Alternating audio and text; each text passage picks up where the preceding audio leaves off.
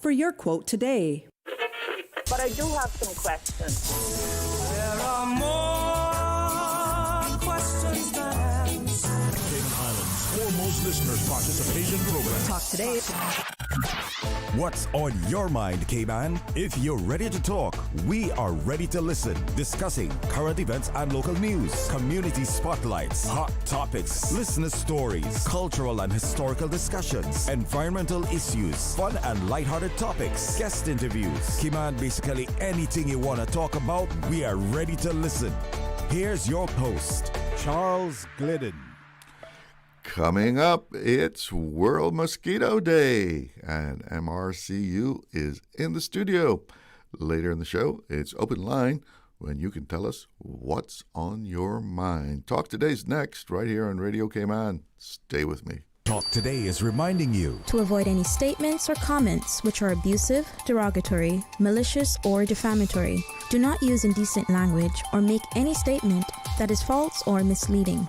Call 1-800-534-8255, 949-6990, 949-8037, or WhatsApp us on 925-3261.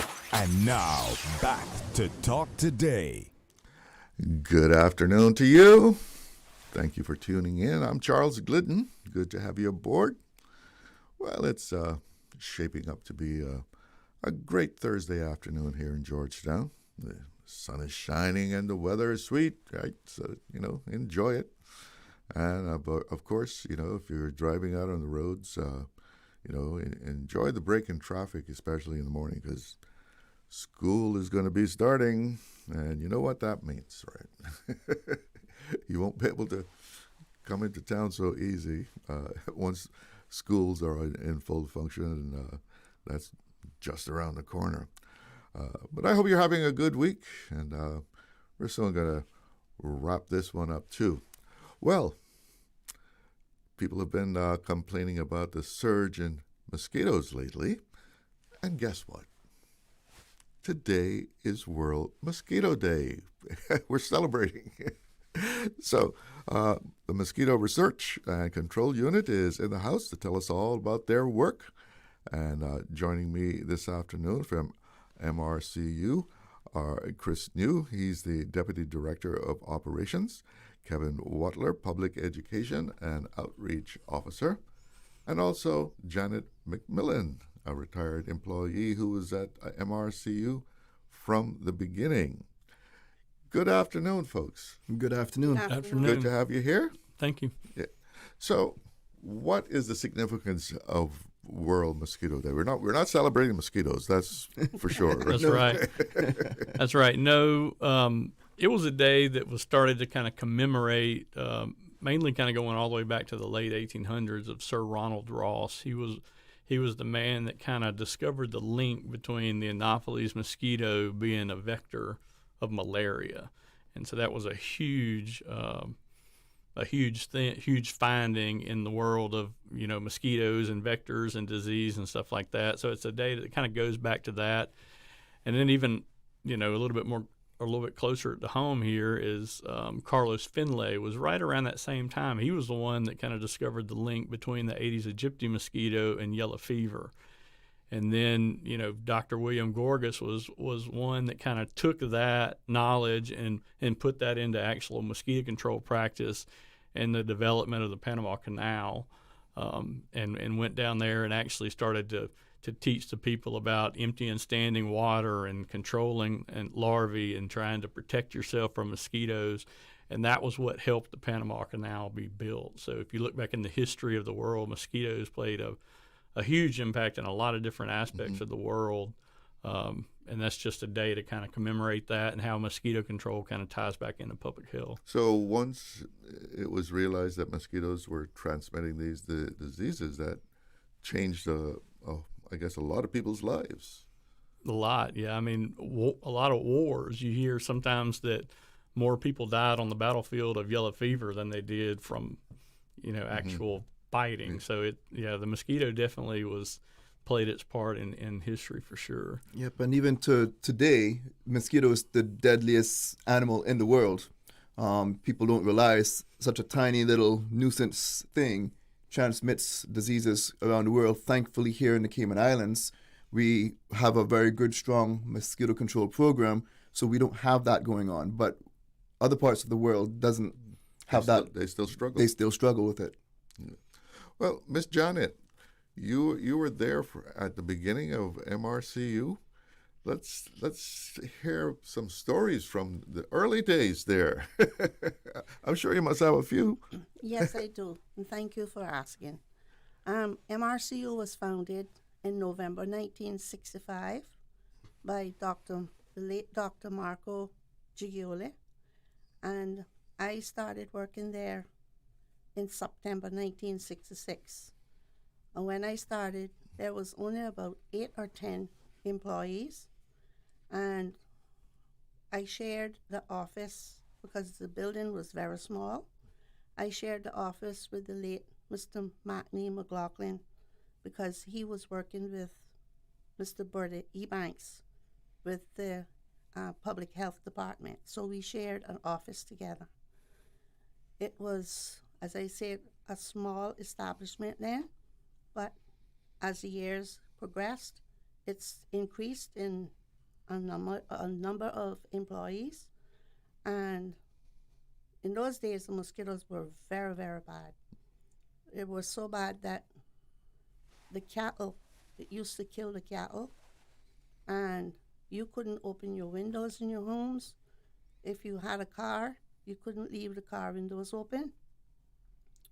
It was, in those days, we had mosquitoes by the millions. It was terrible. Compared to now, this is a paradise now compared to how Cayman was back in the early 60s. I mean, you couldn't really go outside at dusk, No, you right? couldn't. No. You had to have your smoke pans. You had to have your mosquito spray. You had to have your off on. You had to wear long sleeve blouses or shirts because the mosquitoes would just swarm you. So, I mean, tell us a little bit about working with Dr. Giglioli. I mean, I know he has a building named after him, but I often think that we need to honor him more than we do. But I mean, he really made an impact on Cayman. Yes, I agree. And I think that, from my opinion, Dr. Giglioli should have definitely been made one of Cayman's national heroes for what he did for our island.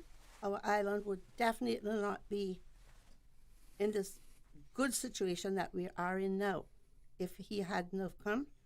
And going back to him, Dr. Giglioli was a very nice man. He took me as his second daughter.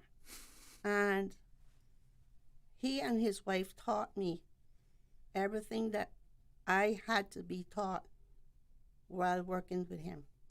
When I started working in September 1965, I had just graduated from Cayman High School, and he heard that I had graduated, and he spoke to Mr. Desmond Watler, late Desmond Watler, who was then the administrator, and Mr. Desmond told him that my dad was named Esther Tibbetts. So he told him to contact Mr. Tibbetts because his daughter had just finished school. That's how I got the job. And Dr. Giglioli was a hard man, and he was a no-nonsense man. But I must really thank him for what he taught me. I will always remember his kindness. I will always remember what he did for me. I would not be the person I am today without his training because, as I said, he was very strict. It had to be to the book. It was no ifs or buts. It had to be done. Your job had to be done perfect. And if your job was not finished, you would have to stay in the department and finish it. Many a night, I had to stay until 12 o'clock because I used to do their accounts, and you had to reconcile your accounts. If they wasn't up to par, I could not go home. But I thank him for what he did for me, and I am so proud to know that I was a part of MRCU. Was that typical of him to be recruiting Caymanians to be a part of this unit? Yes, we had a lot of Caymanians. We had Caymanians in the office, in the lab. The late Consuelo Ebanks was the first lab assistant there. Mrs. Lucinda Cruikshank was there as well. And we had a lot of Caymanians, all of the work crew outside, which was the vehicle section to maintain all the vehicles. They were Caymanians, and also on the heavy equipment side with the Himax, the tractors, the bulldozers, they were all Caymanians. The only foreign workers that we had was mostly from the UK. They were called VSOs, Voluntary Service Overseas Officers, and then in later years they changed from VSOs to GRAs, which was Graduate Research Assistants. So one of our VSOs is still here on the island, and I speak to him quite regularly, Mr. Peter Fitzgerald, that owns Peskill. He was one of MRCU VSOs back in the early 70s. All right, we have to stick a pin there, take a break, but we'll be right back. Cayman, this Sunday, you got what you asked for. Yes, Le Classique is taking it outside with a sidewalk shoe sale from 11 a.m. to 5 p.m. this Sunday. It's buy one, get one free, equal value or less. And ladies, we didn't forget the men. Bring your husband, bring your boyfriend, bring your baby daddy, bring your brother, bring your daddy, or come shop for him yourself. We're putting the spotlight on for men with great styles and even better deals. One day only, this Sunday, 11 a.m. to 5 p.m. Everything on the sidewalk, buy one, get one free, equal value or less. Le Classique in the Strand Shopping Complex. Don't miss this one, Cayman. Did you know that Doctors Hospital provides urgent care services 24 hours a day, 7 days a week? And Doctors Hospital's urgent care physicians have access to the most advanced MRI and CT imaging in the Caribbean, providing reliable diagnostics when you need it most. When you need quality urgent care for an illness or injury, Doctors Hospital is here for you 24/7. Whether it's a migraine, chest or abdominal pain, shortness of breath, broken bones, or another urgent need, Doctors Hospital at the top of Walker's Road. Urgent care right now. Hey, new drivers, don't just drive smart. Cynical and Inspire Cayman's Safe Driver program will show you how. Get real-life simulator training and classroom sessions to help you gain experience, stay alert, and avoid accidents. Learn to recognize risk, manage fatigue, and make smart choices behind the wheel. Certified participants may even pay less for Cynical motor insurance. Learn more and register at cynical.ky. Cynical, keeping Cayman covered. You know, as a little girl, I dreamt of traveling to faraway places and foreign lands. I tell you what though, no more dreaming. I'm going flying with Cayman Airways. How blessed are we in the Cayman Islands to have a very own national airline? Girl, you can fly to so many international destinations without the hassle of connecting flights. Make your travel dreams come true with Cayman Airways. Offering non-stop flights for non-stop adventures. For details and to book, call 949-2311, contact a travel agent, or visit CaymanAirways.com. Not sure where you fit in tech? Pathways in Tech by Enterprise Cayman can help you find your route. Whether you're interested in project management, computer support, or network systems, this program helps individuals explore practical, career-focused skills for real opportunities in Cayman's tech and innovation sector. It's beginner-friendly, job-relevant, special economic zone connected, and scholarships are available. Your path in tech starts here. Visit enterprisecayman.ky to apply today. Hi, this is Gary King from Totally 80s. My special guest this week is Andy Bell from Erasure.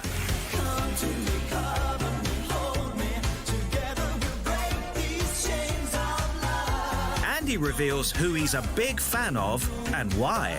I'll also bring you the latest news on the biggest stars of the decade.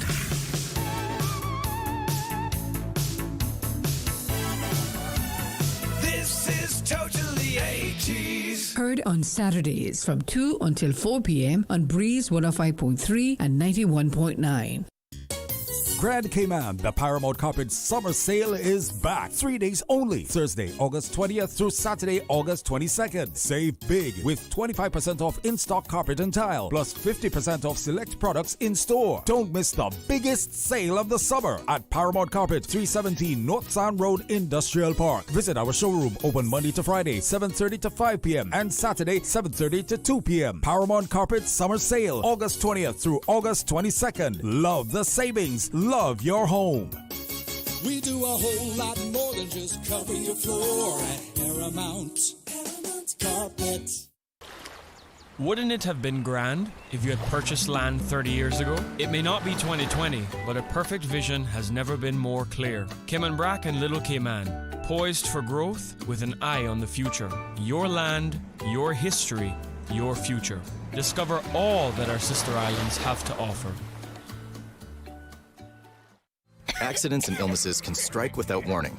Ouch! When it comes to urgent care, every second counts. At Doctors Hospital, we have a dedicated team of experienced doctors and nursing staff available to you 24 hours a day, 7 days a week. Don't waste time in an overcrowded emergency room when you need urgent care. Whether it's a broken bone, a severe infection, or a sudden illness, trust in Doctors Hospital's unwavering dedication to providing the best immediate care. For complete urgent care when you need it the most, choose Doctors Hospital, located in Georgetown, 16 Middle Road.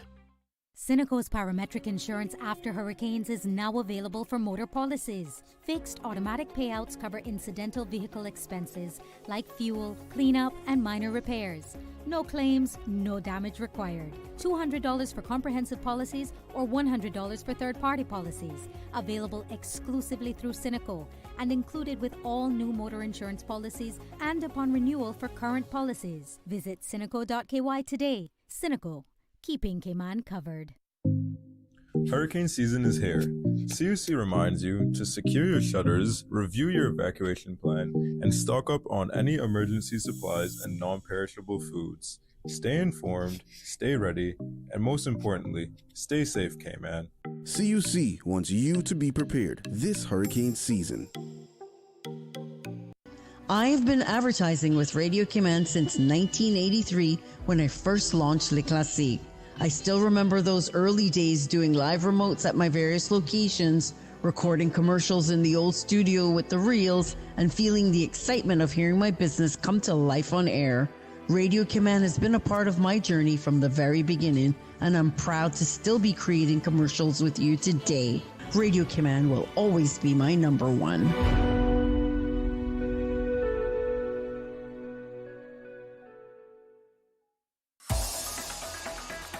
Radio Cayman's Talk Today.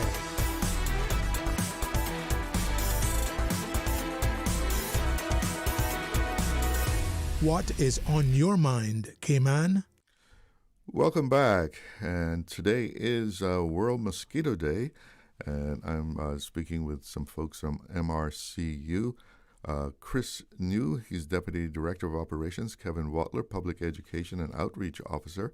And Janet McMillan, a retired employee who was at MRCU from the beginning, just telling us some interesting, history there from the early days. Ms. Janet, so people in the districts welcomed MRCU. I mean, they were very cooperative in the things that MRCU was trying to do. Yes, they were. Just come a little closer for. Yes, they were. To my recollection, we didn't have anyone that resisted MRCU coming to visit their property and try to make sure that there was no stagnant water in any of their flubber pots or anything that was left in their yard. And as far as I know, up until today, I don't think we have any resistance because I know a few days ago they came in my yard as well. Ms. Janet, got to say, we do have quite a bit of resistance from some people nowadays. Really? Yes, we do. In fact, I'm one of the folks that a lot of people get to speak to when they call to voice their concerns or their thoughts And one of the things that is quite ironic, I find, is on one day I could get a call from somebody from one neighborhood saying, "Come, we need you."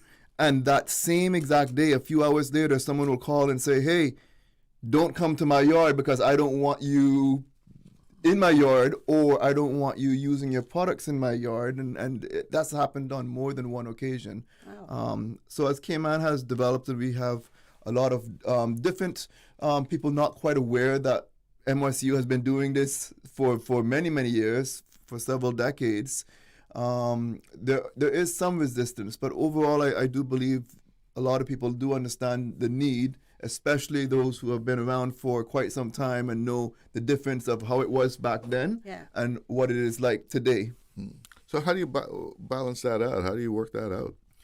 Well, we like to educate, so that's my main job, is to educate people on what we use, and that we're very, very transparent, and any product that we have that we use is available for your own investigation. I always let people know that, one thing is, we live here too. Our families live here. We're not going to put something out in the environment that will cause harm to the environment or ourselves or our families. But if you want to do your own independent research, which is what I completely encourage, it's right here on our website. This is what we're using. We use it to the product label. Our labels are there. And you could do your own investigation to know and get reassured that what we are using out in the community is not going to cause any harm to themselves, their pets, their plants. It's products that we always make sure that we're also keeping an eye on when it comes to any type of resistance for mosquitoes down in the future. One of the things we have to be careful on is not overusing any given product, because again, just like if we were to take antibiotics for too long, our bodies will become resistant to it.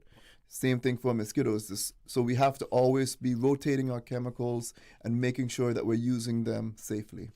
Well, I want to add, so I don't think all the pushback is necessarily from pesticide application. It's just kind of a property rights thing. Sometimes people wonder why are you coming into my yard? This is my home.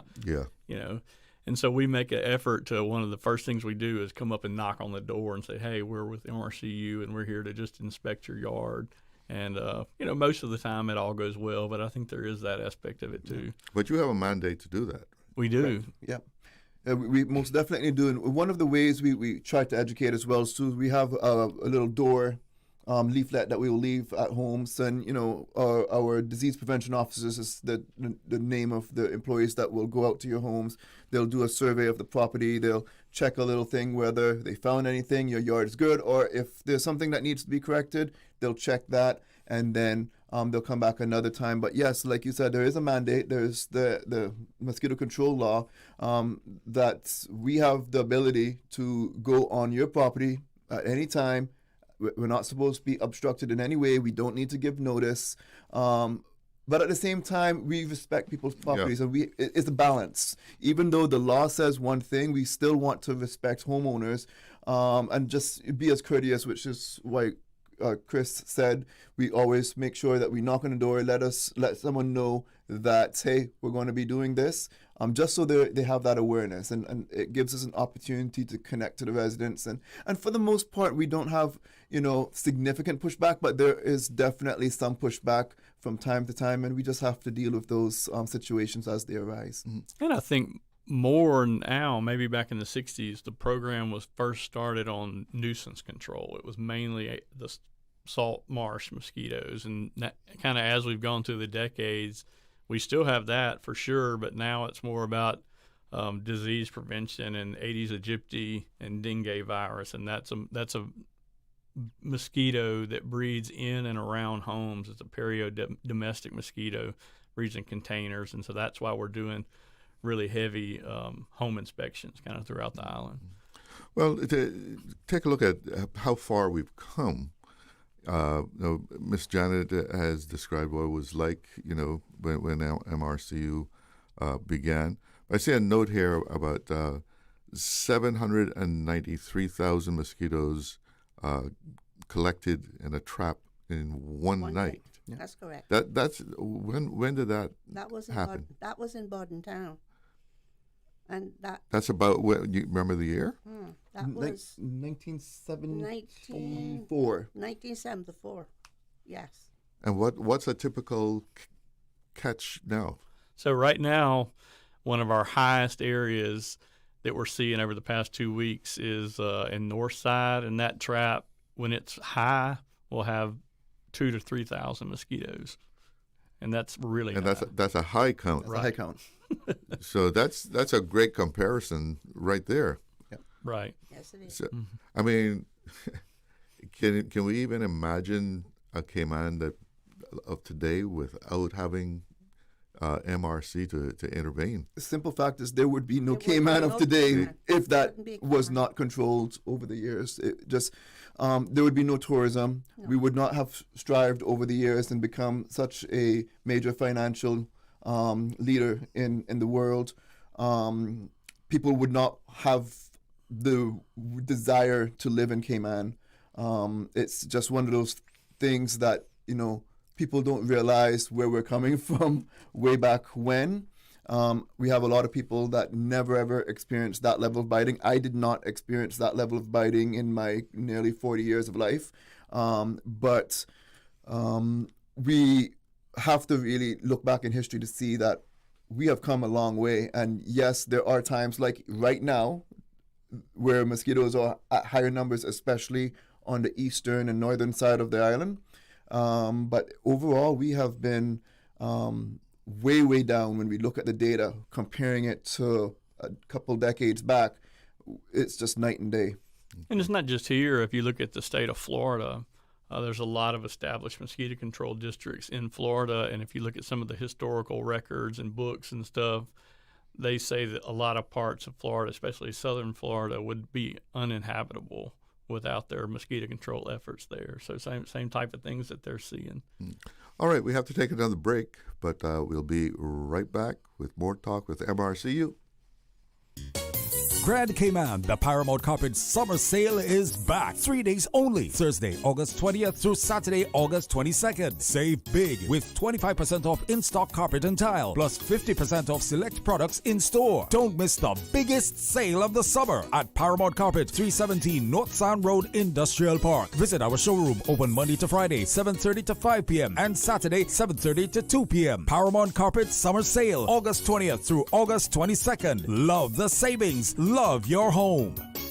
We do a whole lot more than just cover your floor at Paramount Carpet.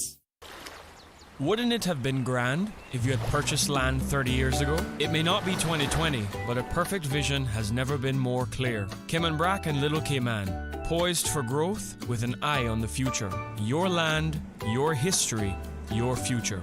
Discover all that our sister islands have to offer. Accidents and illnesses can strike without warning.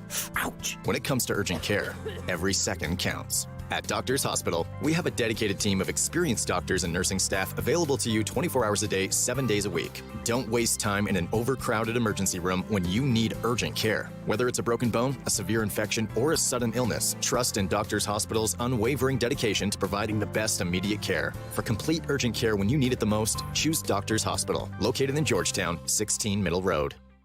Cineco's parametric insurance after hurricanes is now available for motor policies. Fixed automatic payouts cover incidental vehicle expenses like fuel, cleanup, and minor repairs. No claims, no damage required. $200 for comprehensive policies or $100 for third-party policies. Available exclusively through Cineco and included with all new motor insurance policies and upon renewal for current policies. Visit Cineco.ky today. Cineco, keeping Cayman covered. I've been advertising with Radio Cayman since 1983 when I first launched Le Classique. I still remember those early days doing live remotes at my various locations, recording commercials in the old studio with the reels, and feeling the excitement of hearing my business come to life on air. Radio Cayman has been a part of my journey from the very beginning, and I'm proud to still be creating commercials with you today. Radio Cayman will always be my number one.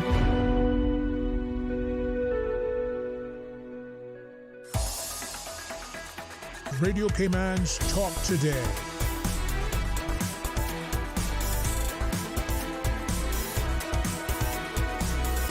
What is on your mind, Cayman? Welcome back, and we're talking about mosquitoes with the folks from MRCU. Now, we touched on disease and so forth, which, as you pointed out, Cayman really is not struggling compared to some other jurisdictions. But how much of your work is focused on disease control? I would say most of it. Kind of a weekly schedule for us, these days is Mondays we do what we call swamp inspections, and this can vary week to week, but where we go out and inspect the swamps for mosquitoes, and that's the salt marsh mosquito that's mainly our nuisance mosquito. And we do that to kind of give us a picture of what's going on so we can kind of plan for the week. Okay, this area may be worse than this other area. Let's focus our efforts over here. But then the rest of the week we're doing these home inspections like we were talking about. We're going, yard to yard to look for places that are holding standing water containers, artificial containers and natural containers. It could be bird baths or coconut holes or clogged gutters or tires, or anything in your yard that can hold water for any period of time. Some people don't realize how incidental things can be a breeding ground, right? We've even found sometimes you walk around the corner at the office and you find a little standing water and you're like, oh, gosh, we got to get rid of this. But I mean, we're the mosquito control district, but sometimes you find it, but it's just something that you don't think about. And that's one thing we do with public education. We go out and try to educate residents on what they can do. Even kids too. We go into schools and we've met with hundreds of students this year and try to show them things that they can do. They're the ones that might go home to their parents and say, "Hey, this is breeding water or holding water. We need to dump that out." So, what's the main threat for Cayman? Well, I would say as of right now, probably dengue virus, but that same mosquito that is the vector of dengue, Aedes aegypti, can also vector Zika virus, chikungunya, and dengue, chikungunya, and yellow fever. Yellow fever is one of them. Yeah, you don't see that as much, but dengue is probably right now kind of the one that's to the forefront. But Zika and Chick V as well. I mean, you can see it starting to show up around other countries around the region. And we're so interconnected now with international travel. This mosquito, the way it kind of introduces it's not endemic here, but you can have a person travel to one of these other places and get bitten. And then there's a certain incubation period where that virus starts to show up, and that person comes home to Cayman. And then when they're in their neighborhood or wherever, they get bitten by one of these Aegypti mosquitoes, and then that transfers the virus from that person to the mosquito, and then they bite Kevin and they get the virus, and then they fly over here and bite me and then transmit it to me, and then it can replicate that way pretty it could spread that way. And we've seen some imported cases over the years, and we've had some local cases. So what you'll see imported cases where that person has recent travel history to some place that it's endemic. And you say, okay, they got it there. And then you might hear of another person that tested positive for dengue, and they didn't travel anywhere, but they live right there in that local area. We haven't seen that in 2 or 3 years. I think 23 was the last time we had some local cases, but we have kind of a response protocol where when we have a good relationship with the public health department and the medical lab, and we have a good response, and we'll go to these areas and specifically target certain areas, go into these yards and looking for artificial containers and doing adulticiding if needed, and then larviciding if needed to try to. So these areas would be where a person has shown signs of this one of the diseases? Right. It's just a general area in that neighborhood that we might go to, because this mosquito doesn't fly very far from its home. If you see a gypsy flying around your yard, it either probably hatched in your yard or your neighbor's yard, probably 100, 150 yard flight radius is this mosquito. So is someone traveling, is that the main way these days that we have it imported? Well, that would be the way, right? That would be the way. Now, I guess you could, there's, a positive mosquito, I guess, could get on a plane, fly into a plane, and then it comes here, and you open the door here, and it flies out and then bites somebody. But it's mainly coming through human. Right. You got to remember, Cayman is a very large international destination. We got people coming from all over the world, and even just in the region here, Jamaica, Central America, Cuba. There's a lot of cases, especially of dengue. And Puerto Rico, not far away, they actually had a public health emergency declared due to the amount of cases that they have. And we have travelers coming here all the time from these international destinations, and we've remained vulnerable, which is why it's so important for public health to keep high surveillance, which they certainly do. And the moment a case pops up, we are immediately notified, and then our response plan is immediately implemented to reduce any chance of that person spreading it to others or getting bit by a mosquito to spread it to others. So public health professionals will be counseling the individual, letting them know the do's and don'ts. This is what you need to do. And then we are doing different treatments around that person's residential area, and combined efforts will reduce that chance for it to then spread into the community.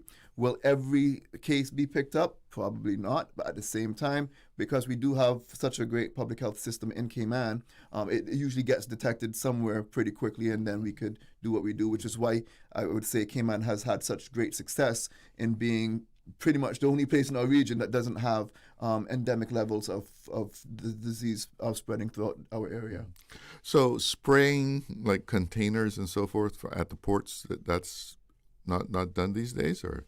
No, they've stopped that a long time ago. Oh, okay. We used to spray all the incoming flights, the aircrafts, the scheduled flights, also the private planes, and then all the ships coming in with all the containers, the ships, the holes of the ships, the containers, the accommodation part. Everything used to be sprayed, but that stopped a long time ago.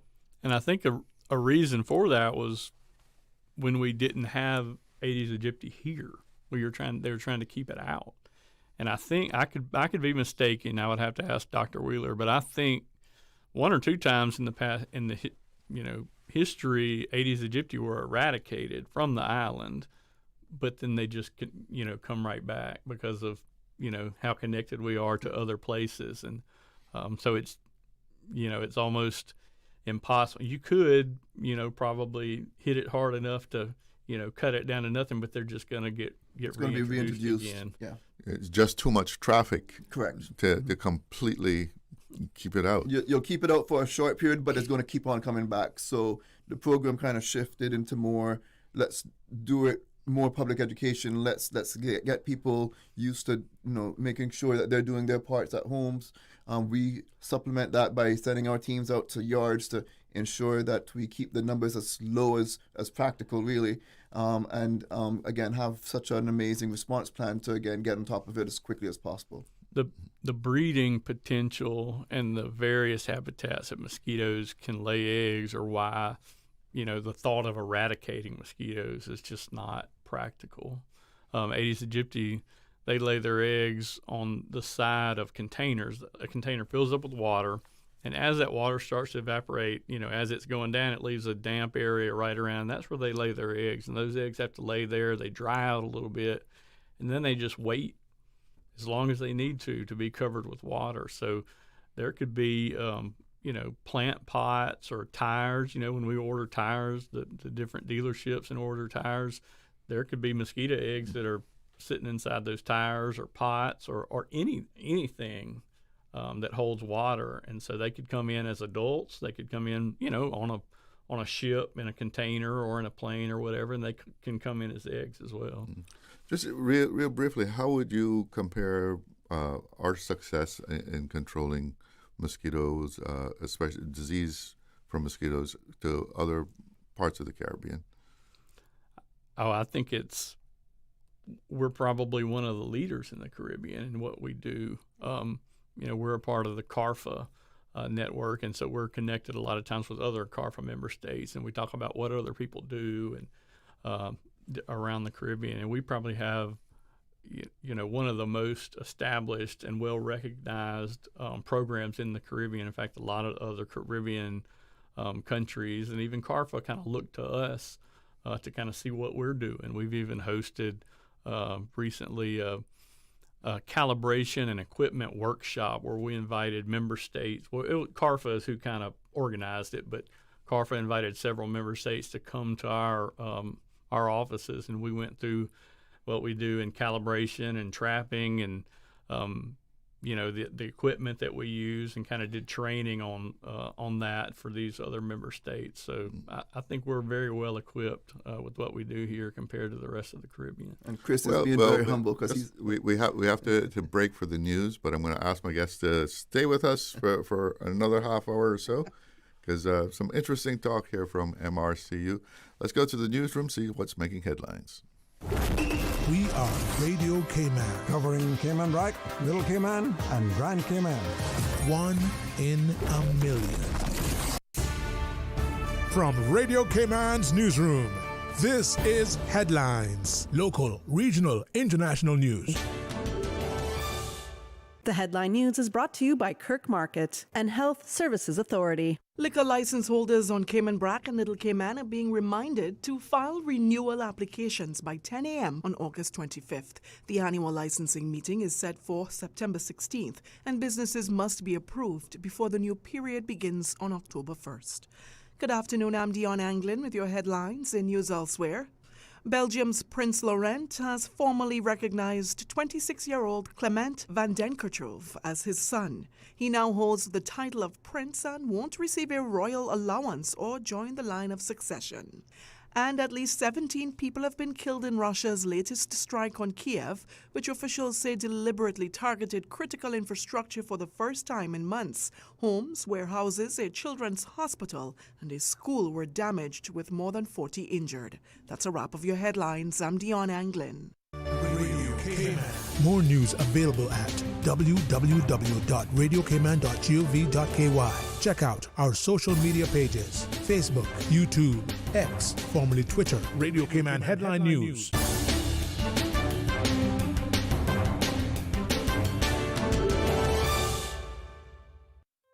Looking for fresh, healthy food that's full of flavor? Then you've got to visit Kirk Market. Our dishes are made with fresh, high-quality ingredients. Enjoy vibrant mixed greens or satisfying pasta salads. Or try one of our delicious grill options like blackened chicken, spicy beef steak, or grilled salmon. Looking for something light and flavorful? We've got sushi rolls and poke bowls prepared daily. And don't forget to explore a hot bar or Billy Fresh salad at the salad bar. Stop by Kirk Market today for breakfast, lunch, or dinner and taste the difference. Eat well, live well with Kirk Market.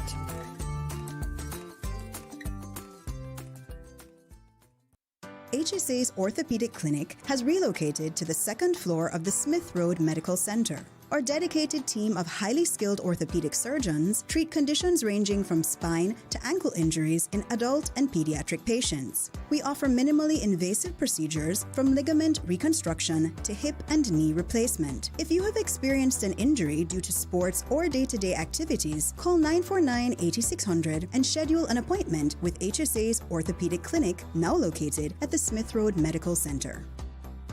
Radio Cayman is pleased to feature this special Sister Islands historical vignette brought to you by the Ministry of District Administration and Lands. Explore your history, explore your land, explore your Sister Islands. Hinton Roxroy Connolly was born in Creek, Cayman Brac on the 9th of September 1937. The second of 8 children born to Henry Kitchener Connolly and Olive Connolly, fondly known as Big H to his family and friends. Like so many other Caymanian boys and men, young Hinton went to sea at the tender age of 17, working with national bulk carriers for 5 years. During his tenure at sea, Hinton sailed on many different ships, namely the Ulysses, Old Titan, St. Clair, Petrolor, Petra Sea, and Petra King. He sailed between Portland, Maine to Venezuela. Radio Cayman is pleased to feature this special Sister Islands historical vignette brought to you by the Ministry of District Administration and Lands. Explore your history, explore your land, explore your Sister Islands. Hi, this is Gary King from Totally 80s. My special guest this week is Andy Bell from Erasure. Come to me, cover me, hold me. Together we'll break these chains of love. Andy reveals who he's a big fan of and why. I'll also bring you the latest news on the biggest stars of the decade.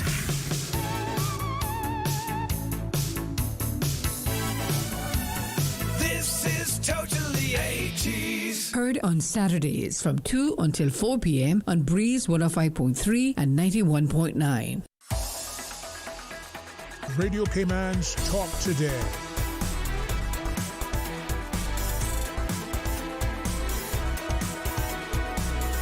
What is on your mind, Cayman?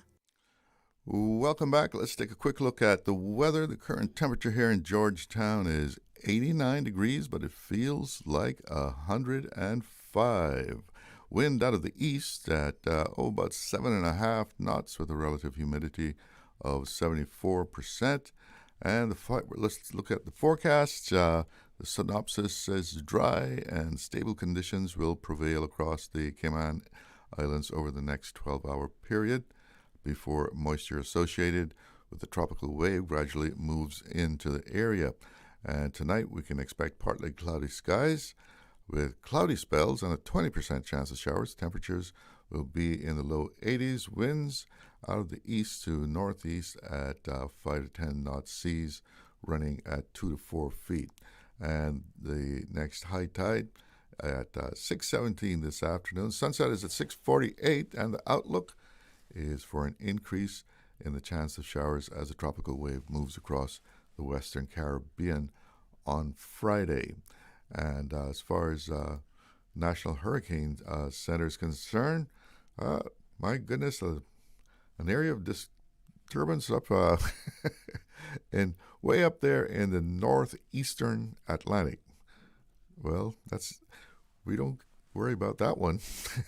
As far as the Caribbean is concerned, we're all clear. The sun is out, sun is shining. We just have these little tropical waves coming by and giving us a little refresher every now and then. Well, still with me are the folks from MRCU. I'm speaking with Chris New, Deputy Director of Operations at MRCU, Kevin Watler, the Public Education and Outreach Officer, and Janet Millen, a retired employee who's been giving us some insight into the history of MRCU. And if you have a question for our guests, you're welcome to give us a call, 1-800-534-8255. That's courtesy of Flo. You can also reach the studio on 949-8037, 949-6990, and WhatsApp 925-3261. Before we broke away there, Kevin, you were about to make a point when I had to hit the pause button. Yeah, hold on, just 1 minute there. No, I was just saying that Chris is being very humble as well too, because I was saying Carfa, one of the directors there, he's gone on record on more than one occasion who has definitely stated how they really appreciate and look up to MRCU and the great work that the team there is doing. In fact, I was at a conference in Florida as well too, and they were going through different activities and learning about mosquito control, how it's done there. And guess what? Cayman Islands being brought up again as some of the leading places worldwide for mosquito control, especially looking back at a tiny little island that once, or still has, the world record for the most amount of mosquitoes caught in an overnight trap, like we mentioned earlier, almost 800,000, to where we are today. We've had a lot of success with the program, and so we really have to give thanks to the folks that were there in the early days to start the effective program that we have to where we are now. Again, people sometimes think that mosquito numbers are high now, but again, you speak to the old timers, and the old timers would say, "Oh, this is nothing." Yeah, for sure. Even in my generation, I mean, I remember as a kid, Miss Janet talked about the little smoke pans. We used to make smoke pans with Milo cans. Yes. Put a piece of wire on them, and then you could carry them around when you went out in the evening, right? What's up?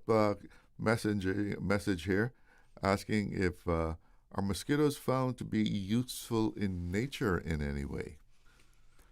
Yeah, I've gotten that one before. I think they, just like any other animal or insect, they have their place in the food chain. So, there's other insects or other birds or bats or other things that eat mosquitoes, and so they're a food for other animals that are out there. They're also pollinators.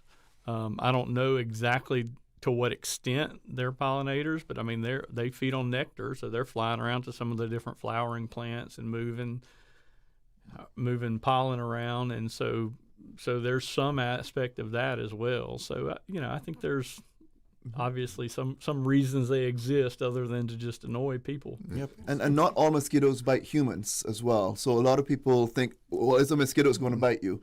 Well, most of the species, or many of the species we have in Cayman, actually don't even bother with us. They go after maybe livestock. They'll go after birds. They'll go after snakes. They'll go after land crabs. They'll go after other. But they don't like humans. They don't like humans, correct? But there are some of them. Knew that. Yes, and only the females bite. Of course. Yes, and they're not biting necessarily because of they want you as an actual food source. The females are biting for egg reproduction. They need the proteins in our blood in order to produce eggs. So they're literally biting us to survive. So yeah, there's over 3,700 species of mosquitoes in the world, and probably only I'll get this number wrong, but say 20 species are vectors of disease. So there's a lot of them that don't even carry disease, and some, like Kevin was saying, only bite frogs or birds, or there's some here that mainly only feed on iguanas and things like that. How many different kinds do we have? I think there's 22 species. 22, I believe, is what we have commonly seen in our trap network and stuff. But they're identified ever in Cayman in the 30s. So it's somewhere in that area. There are also some that are found in the sister islands that are not found in Grand Cayman, and vice versa. So it's kind of varies that exact number. Once in a while, we'll find some species that is not one that we've seen before, and then we send it off for analysis to kind of. And some bite during the day, some bite at night, a very defined activity period at night. Some will bite all night. So, that kind of goes to our approach to mosquito control. You can't just have a one-size-fits-all approach. We're just going to run our spray trucks Monday through Friday.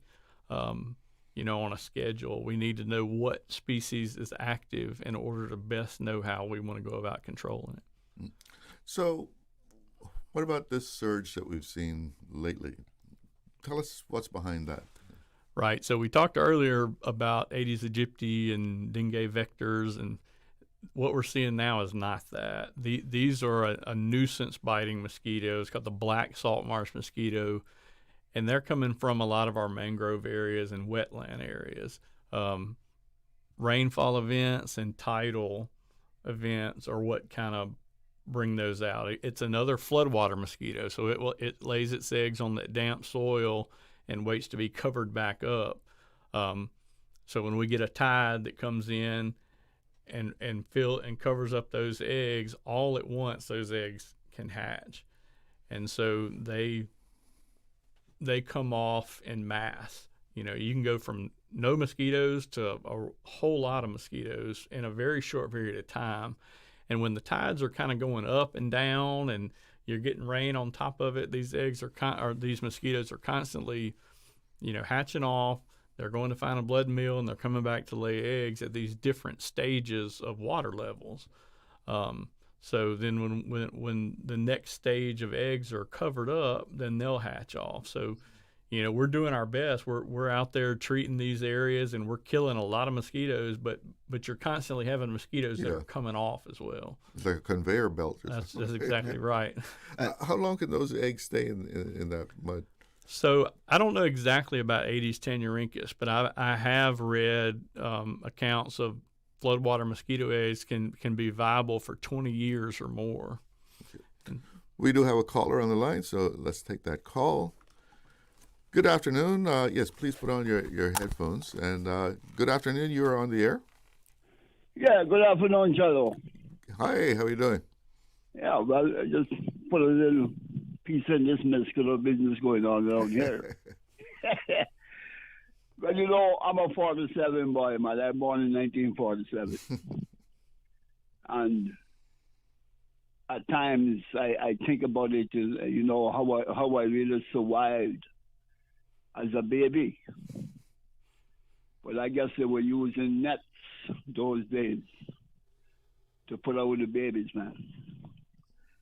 But man, I don't know, they said they used to kill cows and things, but I believe they killed human as well, and we didn't know about it. You understand?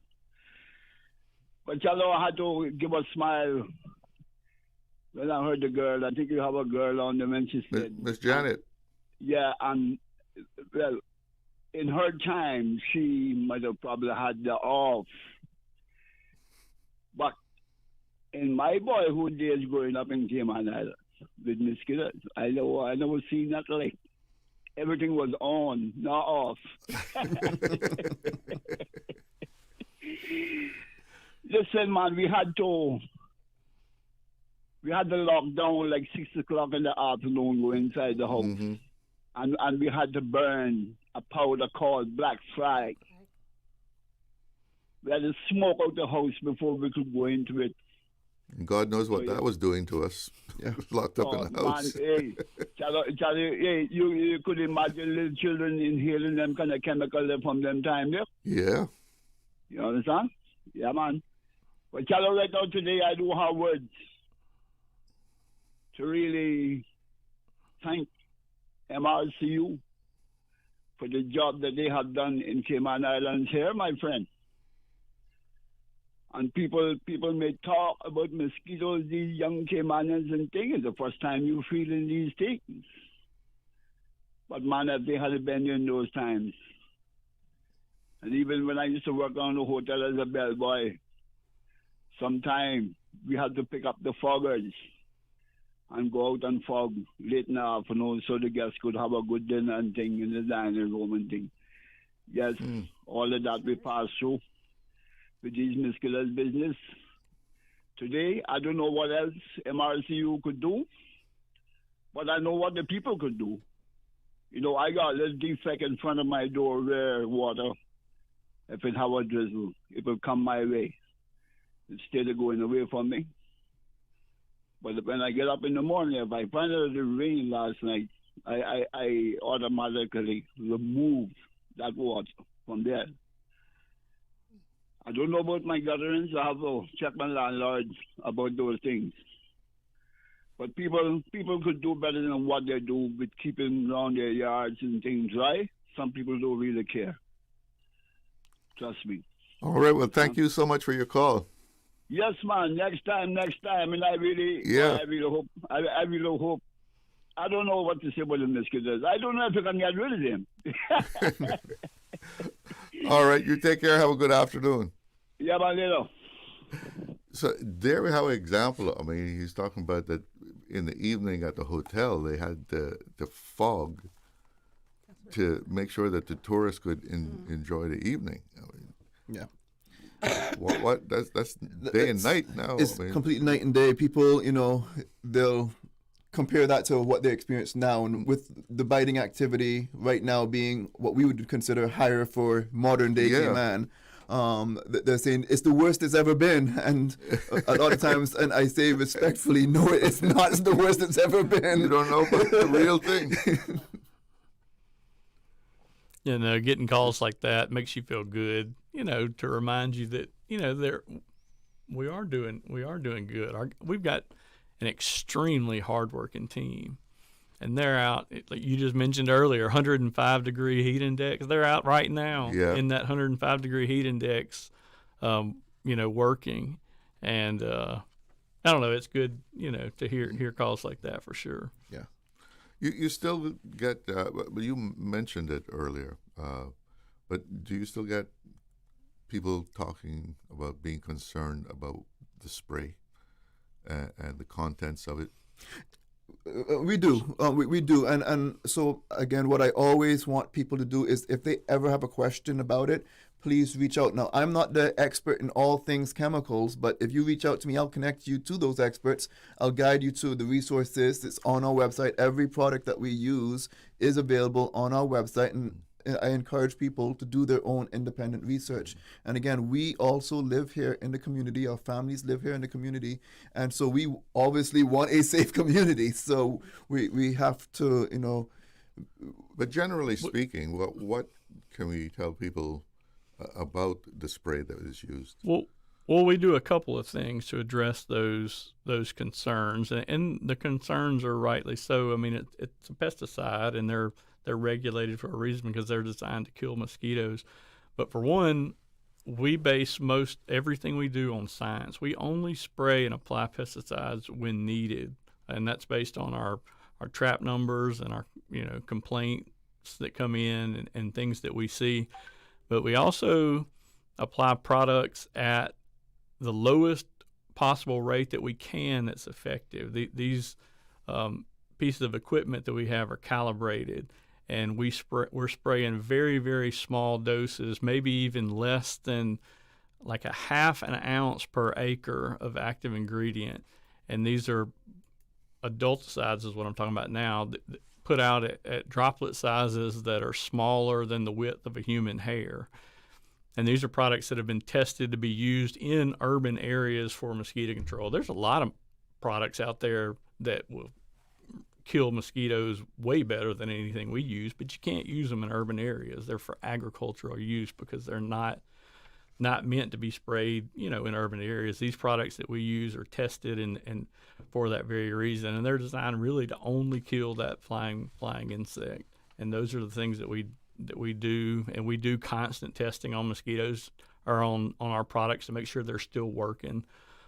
Insecticide resistance is another thing that we have to constantly monitor, as Kevin said earlier. So with all the advances that has been made, is Cayman still vulnerable to disease that is borne by mosquitoes?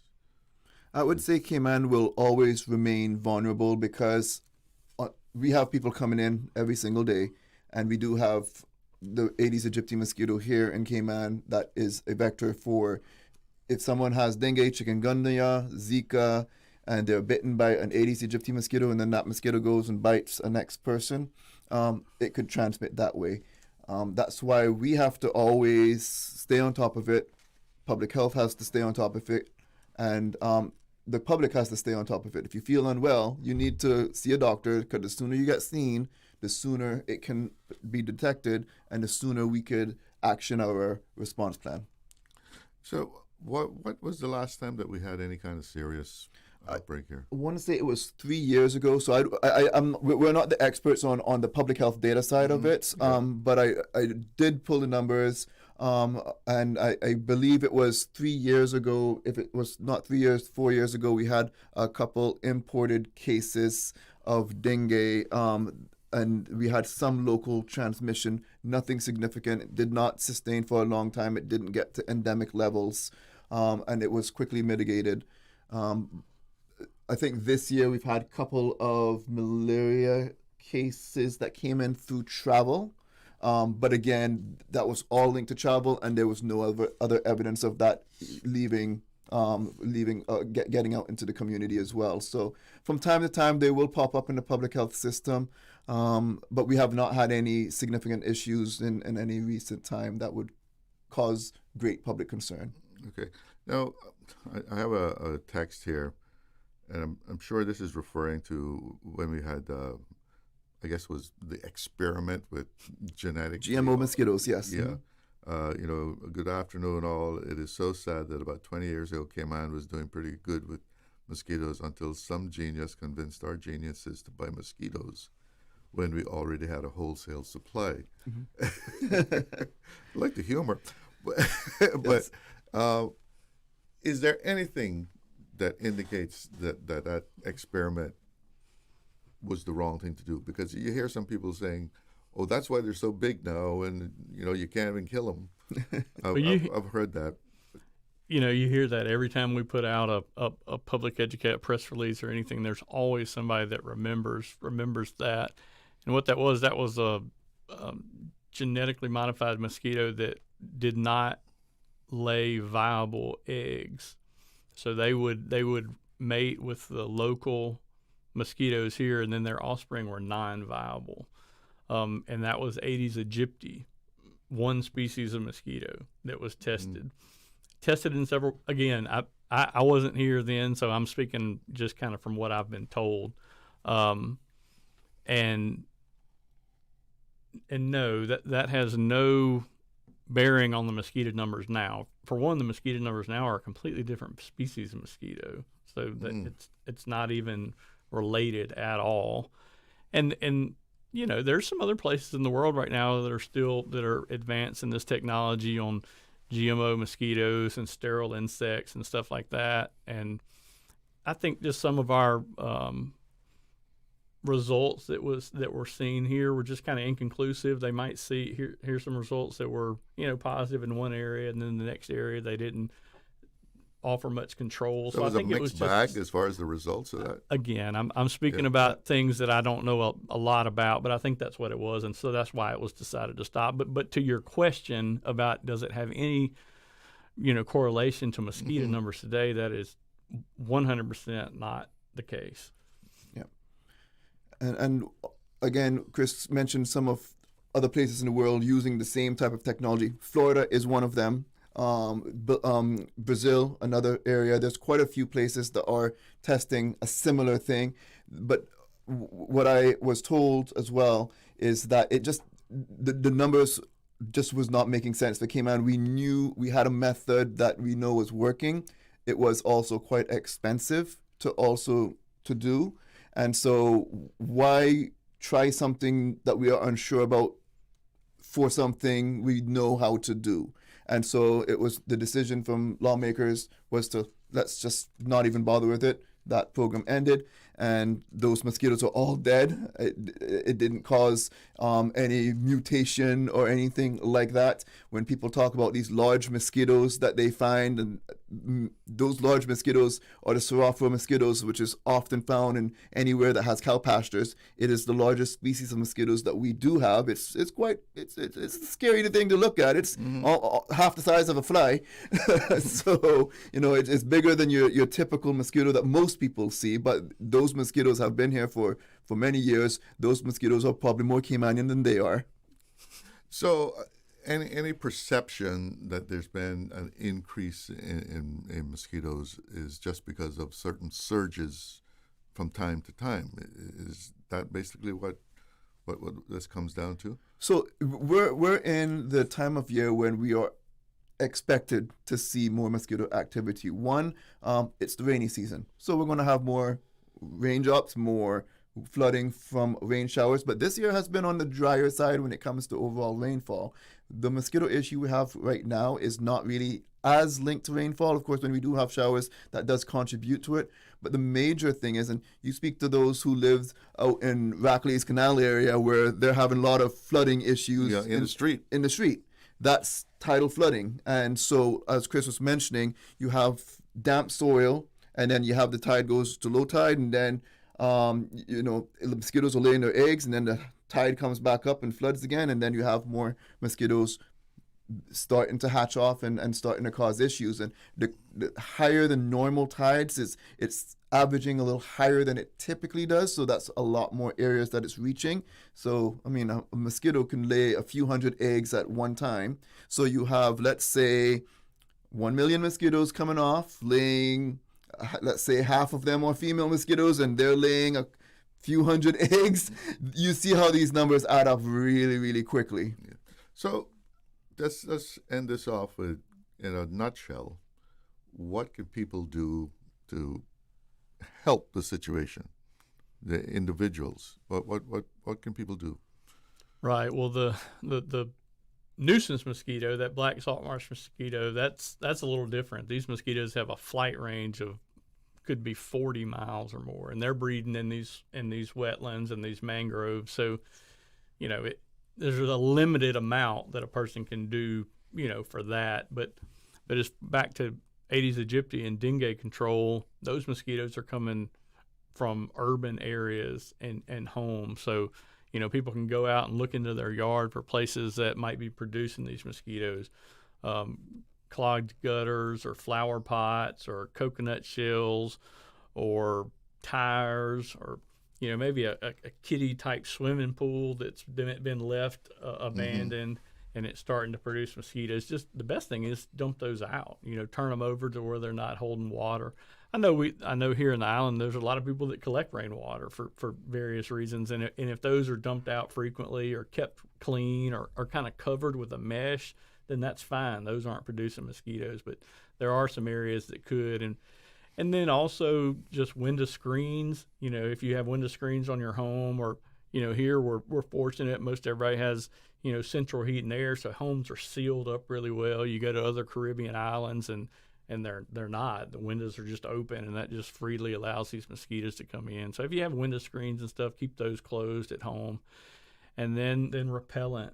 If you're going to be out during that peak activity period, either for, Aegypti or Tanuricus, where repellent, DEET is a repellent that we always think is pretty effective. And you don't have to get some of the really high, 50, 60, 100% DEET, even a 10 or 20% DEET works. That just kind of tells people how long it lasts on your skin, and you can reapply over time. But those are messages that I would say. Kevin may have something else. Yeah, absolutely. Just, protect yourself. One of the things is, too, we love our pets. We love our dogs and cats. And so we make sure that pets are also protected with the appropriate heart guard medication, to speak to the veterinarians to get them what they need for it.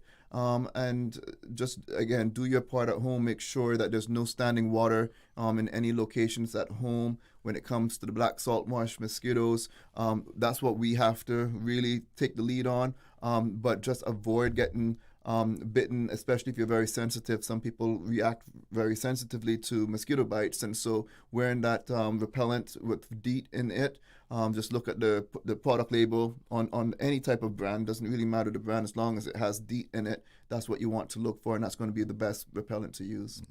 Miss Janet, any final words from you on the subject?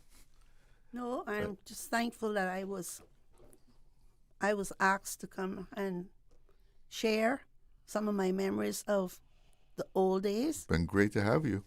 Thank you very much for having me. And I would like to thank MRCU for inviting me. And I wish you all the best, good success from now and forever. Thank you. Thank you so much for coming. Yeah. And I think a lot of our success today is because of people like you and Dr. Giglioli and kind of what they started. And we, they say you stand on the shoulders of giants, and I think that's what we're doing now. Thank you very much. Janet McMillan, Kevin Wattler, and Chris New, thank you so much for joining me this afternoon. Pleasure to have you in. Thank you. Yeah.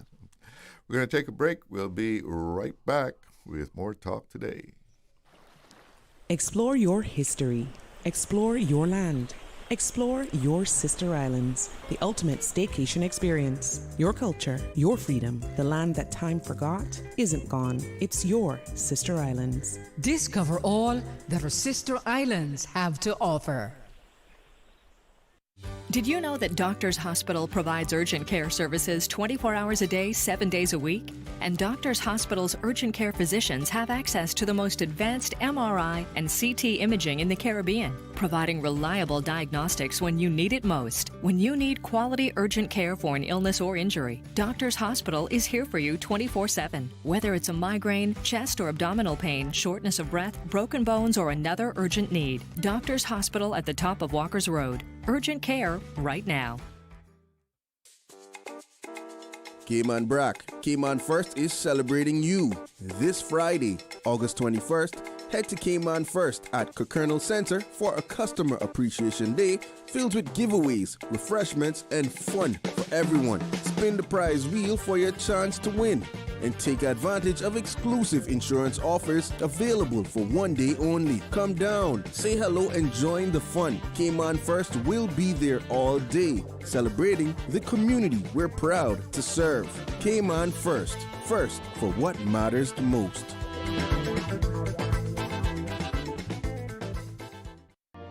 As Minister for Health, Environment and Sustainability, I'd like to personally invite you to join me at one of our upcoming public town hall meetings. We're discussing proposed changes to legislation covering environmental health, tobacco and vaping, public health, health practice, and I want to hear from you. Whether you have questions, concerns, or ideas to share, these meetings are an opportunity for open conversation about issues that affect us all. Join us at 6:30 p.m. on Wednesday, the 26th of August at the John Gray Memorial Church Hall in Westby, or at 6:30 p.m. on Thursday, the 27th of August at Constitutional Hall in Georgetown. Come out, meet your neighbors, share your perspective, and be a part of shaping the future of health in our islands. Light refreshments will be available, and I look forward to seeing you there.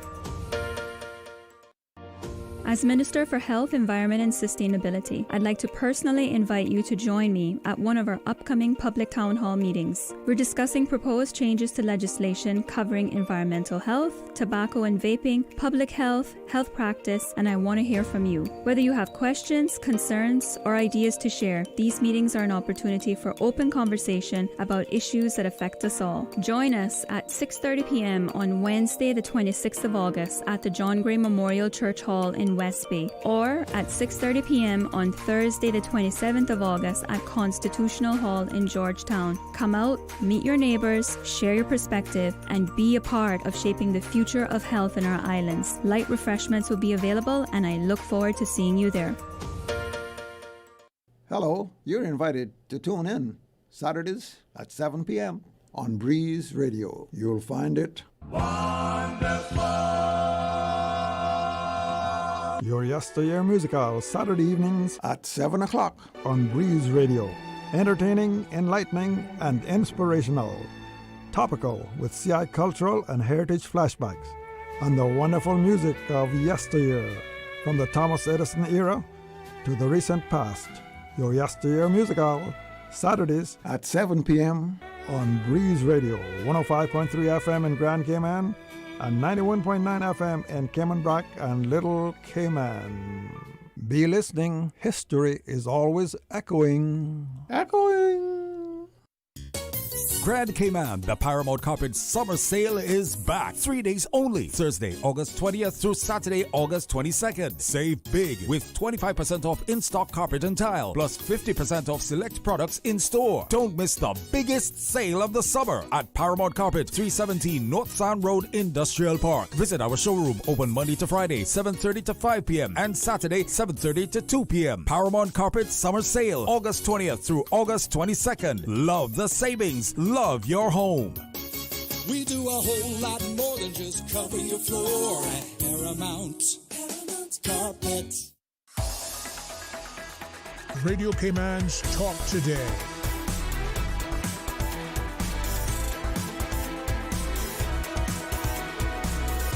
What is on your mind, Cayman? Welcome back, and it's time to let me know what's on your mind. Yeah, we're opening up all the phone lines. It's open line 1-800-534-8255. That is courtesy of Flo. So pick up the phone, express yourself. Let me know what's going on in your neighborhood. You can also reach the studio at 949-8037 or 949-6990, and you can WhatsApp us on 925-3261. Yes, that MRCU story is quite a story, for anyone who knows the Cayman before MRCU and Dr. Giglioli started doing their great work, and really made living in Cayman so much better, because these little flurries of mosquitoes that we experience these days, they're a nuisance, and you say, "Oh my God, mosquitoes are so bad," but boy, when you compare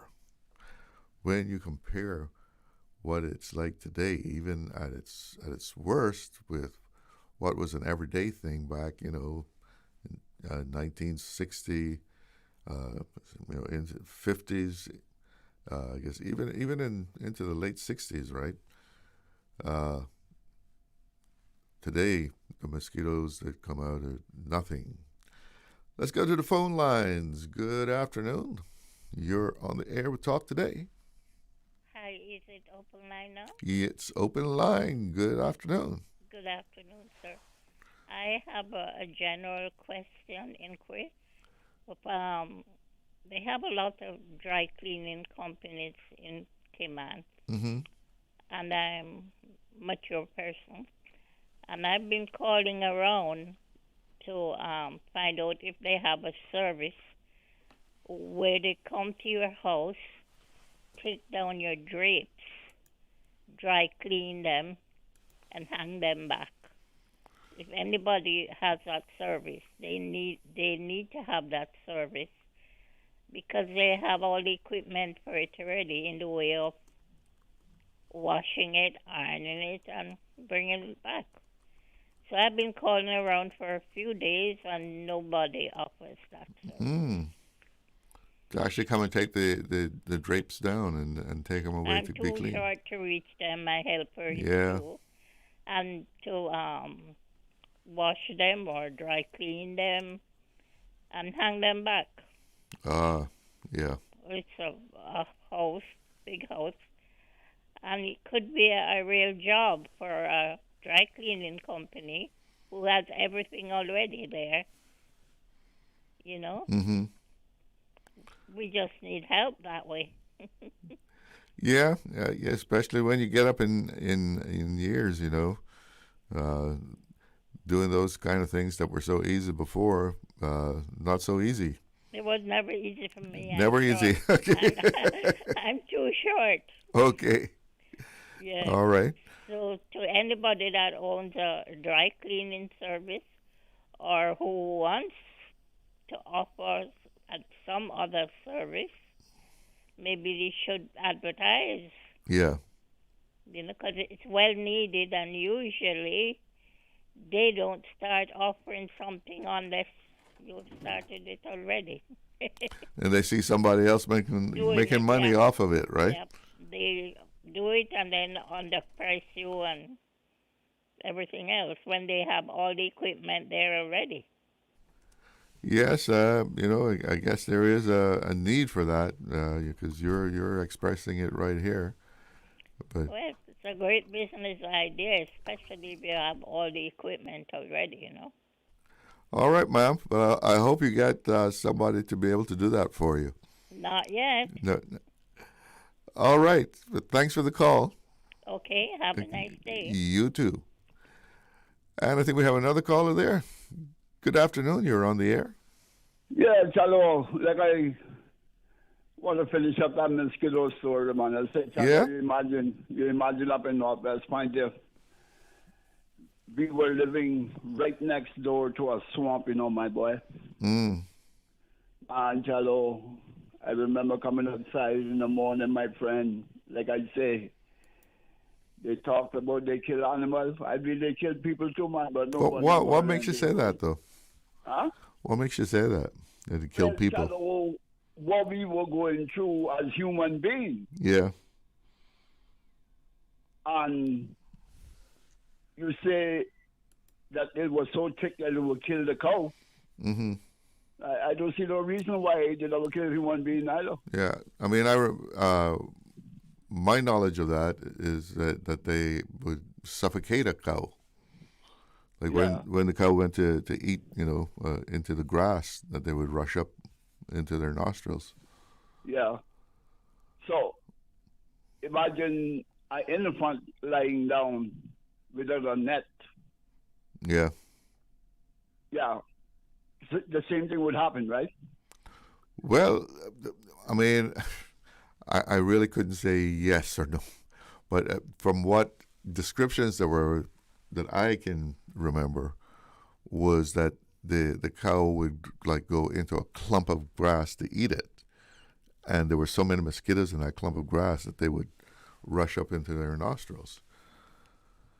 Now, a human wouldn't be doing that, but you never know, because people find themselves in all kind of conditions. Well, I wouldn't say that your part is not true. You know what I mean? But although in them times, the mosquitoes will kill everything, man. Yeah, you had. Well, I know they were thick. That's for sure. You had to be living through that, right? You imagine Shallow getting up in the morning and walking through water to go to school Mm-hmm. with a half a limb in one hand. Brushing the mosquitoes off. Yeah.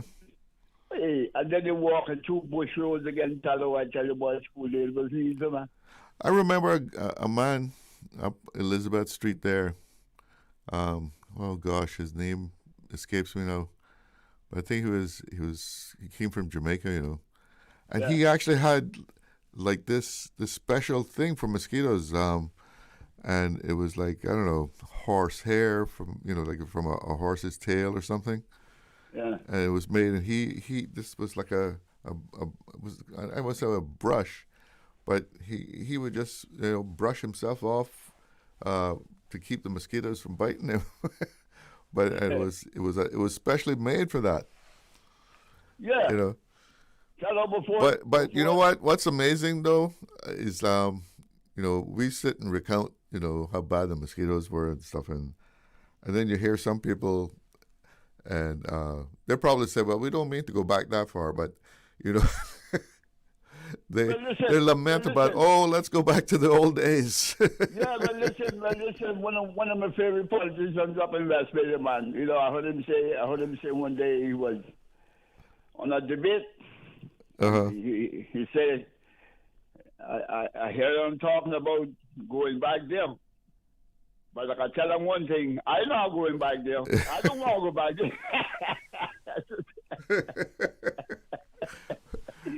there. Or you say, well, those who want to go back there were never there. They don't know. They don't know what it was like back in the 50s and the 60s. That caller yesterday, I don't know where he's from, West Bay, or I don't know where he's from. But he seems to be pretty intelligent and things like that. And then we were talking about the influence with Jamaica and America. Oh, and America? Yeah. Yeah. So anyway, he made a statement, and I'm quite sure I'm right how he ended it. It's like, I don't think anyone on it can help me now. You know what I mean? So I had to say, maybe he see things that mean you do see. Maybe he hear things that mean you do hear. Mm-hmm. But Cayman don't need to be under any Jamaican or American influence for why is he happening in their country. But we do have influence from both of those places. I mean. But hello, this is what I'm saying for war going on in their country. Yeah. To influence me. You want to get something straight in your country first? Well, I mean every place has something good about it, right? It looks to me like it's getting worse and worse in both of those countries, man. Trust me. I have links there, Chalo, every night I watch them, every day I watch them. Life are getting more better for those people, but so before you can try to influence me, you're going to have to try to do something with yourself first. Yeah. But I think we're talking about more cultural influence rather than any kind of social, political kind of happenings. Well, don't know, Chalo. I don't know. Strange things happening in the Cayman Islands too. The truth is that many Caymanians don't want to own up to this. But strange things happen here too, my boy. Yeah. I will talk to you later. All right, you have a good one. But yeah, I mean, the socio-political developments that happen, whether it's Jamaica or the U.S., and I know that we have a number of people here who are very much into U.S. politics and so forth. But I think speaking in a more cultural sense, the lifestyles, the things we like to do, how we entertain ourselves, food that we eat, those kind of things were very much under the influence of both Jamaica and the U.S., right? And look at the homes that we build. I remember talking to someone who he was an architect, and said a lot of the style of buildings that we have here, especially homes, they're more of a North American design. We see the North American style of homes, and we adopt them, and but they're not really designed for the tropics where we live. It's a whole different idea when you would design a home for a place like Cayman in the Caribbean. But we like how that looks. We like the kind of interior that it has, and we take that on. Look at the fast food that is developed in Cayman, right? Again, that's a cultural influence, and Cayman, I think, has for a long time now, looked more north as far as models of what we would like to be like, and a lot of that, of course, has come because so many of our seamen have, been exposed to America from, a very long time, from the time men went to sea, and they went into the American ports. They experienced some kind of life there, and of course, even though a lot of Caymanians went to Jamaica back more in the 50s, 40s. I can remember when I was growing up, the big thing to do was to try and get your green card. Although we didn't call it a green card then. We said, did you get your papers? Or, I got my papers. So I'm going to be going away. And for a lot of people, and talking about the good old days, back in the good old days, there were a lot of people trying to leave Cayman. Not like today where you got people trying to come to Cayman, but people were actually trying to leave. They were trying to get their papers so that they could migrate to the U.S. And how times change, because you actually have people who had gone to the U.S. who have now returned to Cayman, and they have learned skills in the States, or it is their children who have returned to Cayman. They were probably born in the U.S. after their parents went there, but they have found their way back now to the Cayman of today. And of course, they bring those American ways with them. I mean, I know of people who, if you met them, you know, you're going to say they're Caymanian, right? But because maybe they lived in the U.S. or they were born in the U.S., they have a U.S. passport, you know, they are very much into, you know, like celebrating the 4th of July, not as Constitution Day, but as Independence Day. And why do you think we have Thanksgiving in Cayman? Is that an original Cayman holiday or Cayman tradition? But everybody loves Thanksgiving.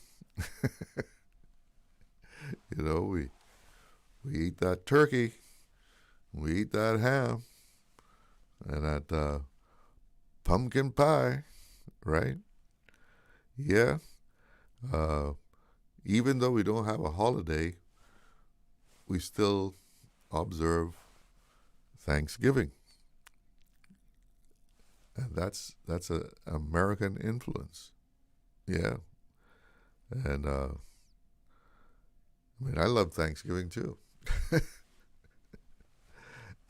And of course, I lived a good portion of my life in the U.S. And those kind of things kind of stick with you, right? And if you adapt or adopt the good things, hey, what's the big deal? You know, the good things make life better. But it's one of those things where you have the cultural clash there. We need to get a break in here before. Yeah, let's break, and when we come back, we'll go straight to the news, I guess. Time slipped by. Freedom, Cayman Brack. Freedom, Little Cayman. Soft breezes, blue waters, no traffic. Unwind and rejuvenate your mind, body, and soul. Sister Island Staycations, a taste of freedom. Discover all that our sister islands have to offer. You know, as a little girl, I dreamt of traveling to faraway places and foreign lands. I tell you what though, no more dreaming. I'm going flying with Cayman Airways. How blessed are we in the Cayman Islands to have a very own national airline? Girl, you can fly to so many international destinations without the hassle of connecting flights. Make your travel dreams come true with Cayman Airways. Offering non-stop flights for non-stop adventures. For details and to book, call 949-2311, contact a travel agent, or visit CaymanAirways.com. Hey, new drivers, don't just drive smart. Cynical and Inspire Cayman's Safe Driver program will show you how. Get real-life simulator training and classroom sessions to help you gain experience, stay alert, and avoid accidents. Learn to recognize risk, manage fatigue, and make smart choices behind the wheel. Certified participants may even pay less for Cynical motor insurance. Learn more and register at cynical.ky. Cynical, keeping Cayman covered. Cayman Brack, Cayman First is celebrating you. This Friday, August 21st, head to Cayman First at Colonel Center for a Customer Appreciation Day filled with giveaways, refreshments, and fun for everyone. Spin the prize wheel for your chance to win and take advantage of exclusive insurance offers available for one day only. Come down, say hello, and join the fun. Cayman First will be there all day, celebrating the community we're proud to serve. Cayman First, first for what matters the most. The 6:15 Weather Report, Monday through Friday, is proudly sponsored by CG Britcay. Insurance, health, pensions, life, where people come first. Cayman, this Sunday, you got what you asked for. Yes, Le Classique is taking it outside with a sidewalk shoe sale from 11 a.m. to 5 p.m. this Sunday. It's buy one, get one free, equal value or less. And ladies, we didn't forget the men. Bring your husband, bring your boyfriend, bring your baby daddy, bring your brother, bring your daddy, or come shop for him yourself. We're putting the spotlight on for men with great styles and even better deals. One day only, this Sunday, 11 a.m. to 5 p.m. Everything on the sidewalk, buy one, get one free, equal value or less. Le Classique in the Strand Shopping Complex. Don't miss this one, Cayman. Since 1976. Covering Grand Cayman, Low Cayman, Cayman Brac. One small step for man, one giant leap for mankind. Radio Cayman in the Cayman Islands. From Radio Cayman's newsroom, this is Headlines. The headline news is brought to you by Kirk Market. Red Bay Primary School has made history as the first Cayman Islands government school to compete in the World Schools Team Chess Championships, delivering a standout performance at the Americas stage in Costa Rica. Good afternoon, I'm Dion Anglin with your headlines. In news elsewhere, a personalized vaccine paired with a drug treatment has shown early success in preventing the return of high-risk melanoma after surgery. The trial, led by Merck or MSD and Moderna, suggests the jab may extend cancer-free periods, though long-term results remain unclear. And organizers of the Edmonton Marathon admit this year's course was 674 meters too long after runners complained their race exceeded the standard marathon distance. The event is often used as a Boston Marathon qualifier. That's a wrap of your headlines. I'm Dion Anglin. www.radiocayman.gov.ky. Check out our social media pages: Facebook, YouTube, X, formerly Twitter, Radio Cayman Headline News.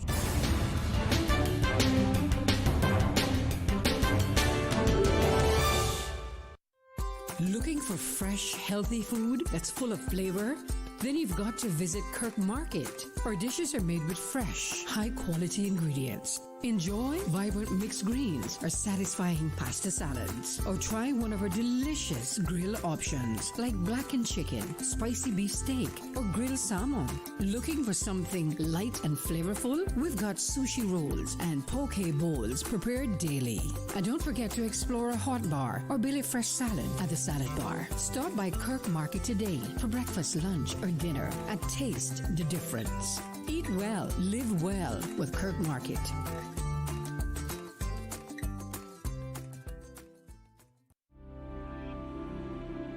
Hello, this is Franz Manderson. Radio Cayman has been part of my life for 50 years. It has been a source of reliable news and information when I was 10 years old, and it is a source of truth and reliability today. I want to sincerely congratulate Radio Cayman and wish them a happy 50th anniversary.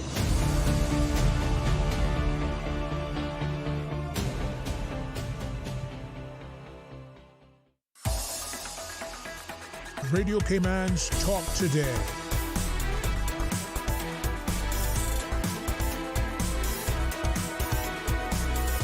What is on your mind, Cayman? Welcome back. Let's take a look at the weather here. It's 89 degrees here in Georgetown. Feels like 106. Yes, a nice Thursday afternoon here. I hope it's a nice afternoon all over the Cayman Islands. And 89 degrees and winds out of the east-northeast at about 9.5 knots with a relative humidity of 77%. And looking at the forecast, the synopsis is indicating a dry and stable conditions prevailing over the Cayman Islands for the next 12-hour period. Then we're going to have some moisture associated with a tropical wave gradually moving into the area. So a little change in weather there. And the forecast for tonight, partly cloudy skies with cloudy spells and a 20% chance of showers. Temperatures in the low 80s, and winds tonight will be out of the east to northeast at 5 to 10 knots. Seas slight to moderate, waves running at 2 to 4 feet. And as far as tides are concerned, we have a high tide at 6:17 this evening, and the next low will be at 12:39 a.m. Sunset at 6:48 p.m., and the outlook is for an increase in the chance of showers as a tropical wave moves across the Western Caribbean.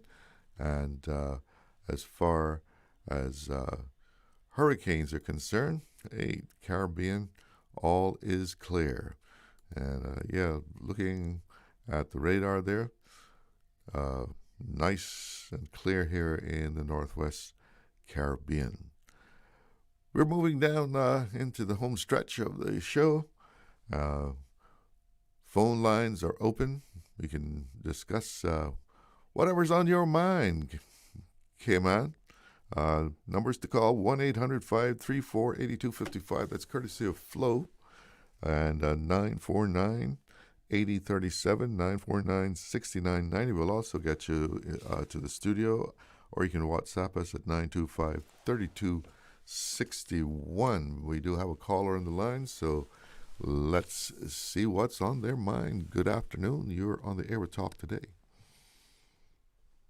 Mr. Charlo. Yeah. All right. How you doing today, sir? I'm doing all right, and you? Telling you. Speaking of influences,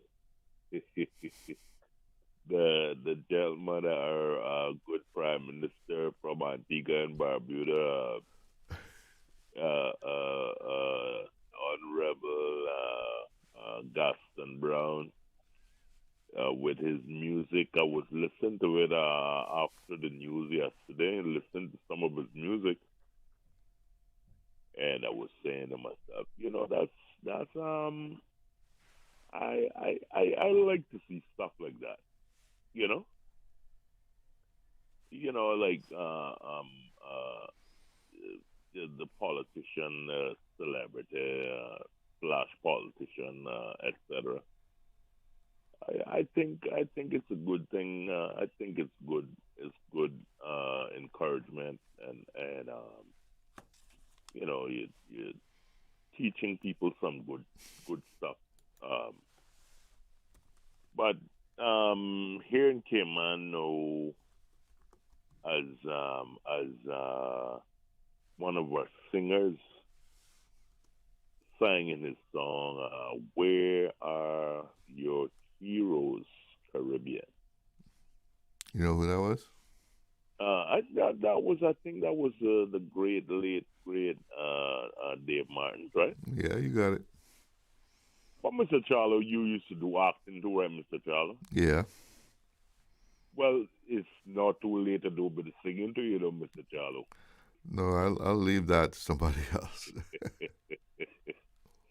I was trying to influence Miss Kiata to drop a single, but she sort of declined somehow. But I like to see the art. I like to see the art become better and better, and people getting better at that singing and things like that. I really admire that sort of thing. Mm-hmm. And it's a great future in it as well, financial future. Well, if you're lucky. Yeah. You gotta. I guess you gotta know what you're doing, and a lot of luck. Yeah, you can make a lot of money from it, and that sort of thing. So, what do you say, Gaston Brown? The Prime Minister of Antigua and Barbuda. He's also called Gossett Red. Yeah, see that here. Well, he's got some reggae tracks, huh? Yeah, he also did. That's how he speaks to the people with messages through his music. You know what I mean, Mr. Teller. He's a smart man, apparently, and a very smart man. and I was So he figures singing is better than making speeches. right. And then I think he did some work with Gramps Morgan too. Oh yeah. Uh-huh. Yeah, I see it here. Yeah, Gassy Dread. His songs explore Caribbean history and the lingering effects of colonialism, and personal messages of truth, love, and his journey from humble beginnings. Yeah, Gassy Dread. But seems like some people like it and some don't. Oh yeah, but politics. You won't get everyone in favor, but You can't please everybody all the time, right? no. But the thing that really interests me too, Mr. Charles, like I don't know if you remember the one of the prime ministers of England. I think it was Tony Blair. He was also in a rock band, I believe. Yeah. So some people get into music before politics, and then some get into politics before music. But it's all about fame, and then bam, they some like the media and getting that publicity, but it works hand in hand, the dollars and the fame and all that, your future and all that sort of stuff. But I'd like to see more of that in Cayman, though. And I like to see I like to see stuff like that, like the what some of our politicians are doing. I like to see what they're doing. All right. Well, maybe our cabinet will cut a track and put it out. Yeah, maybe the Honorable Kenneth Bryan or Mr. Wayne Panner or one that might drop a little single and who knows? It should be quite entertaining for the. I think it put the people in a good mood, Mr. Charles. Yeah. All right, poet. Okay, you take care. All right. Have a good afternoon. Yes. I guess we haven't had singing leaders since the days of McKeeva Bush and Kurt Tibbetts, right? I know they like to sing a tune. I think they would even sing at some of their campaigns and all that, right? Well, we've often talked on here about cost of living and the cost especially of fuel, and of course the situation in the Middle East with the Iran conflict. That hasn't done anything to help us. 2026 was kind of looking like it was going to be a year when inflation would get under control, things get back to a more reasonable rate of inflation. But since President Trump there decided he was going to take on Iran, and with the idea that it would all be over in a matter of a few weeks or so, he thought they would have surrendered before they'd ever closed the Strait of Hormuz. But when plans meet reality, things often change, and now we're going through all this negotiation, and they had a 60-day ceasefire, and that came to a formal end on Monday, and there's no sign of any kind of diplomatic settlement to the war. And the U.S. and Israel began that, of course, in February. Can you imagine? This has been going on now since February. Seems like just last week, but yeah, this thing is stretching out with no kind of certain resolution in sight. And the last development now is, Trump is, he's declared it an economic D-Day. Now it's economic war. He's going to be, crushing Iran with sanctions, I guess, because it failed to make a deal with the U.S. And any country that allows their financial institution, businesses, airports, or government entities to provide any type of lifeline to Iran will itself face tremendous economic consequences, Trump said.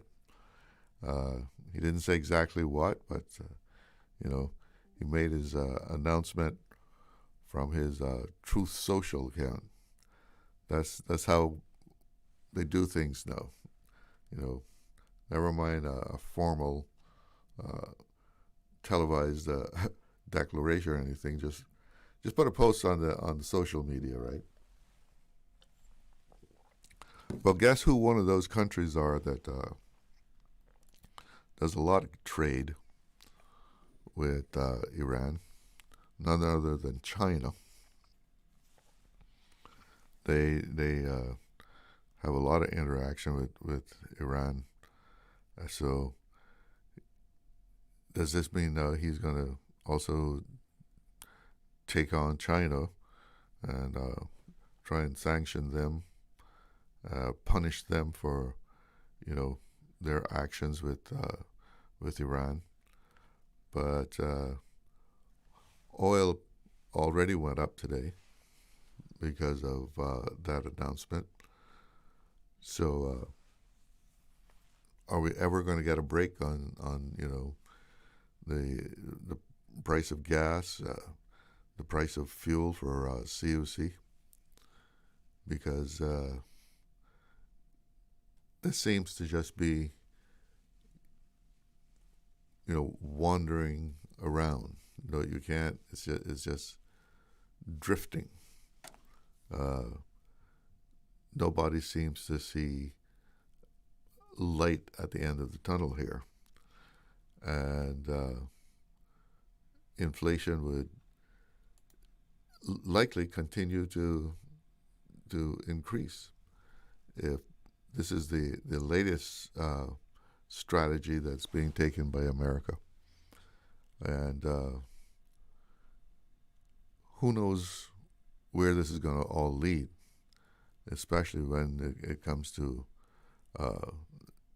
the price of oil and other consequences, if there's going to be any kind of domino effect here.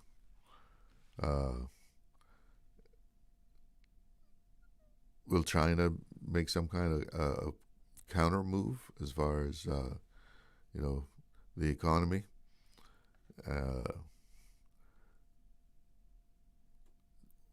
It's one of those situations where you just have to wait and see. And or is this all bluffing? Because we know that sometimes Washington, the White House, I should say, really,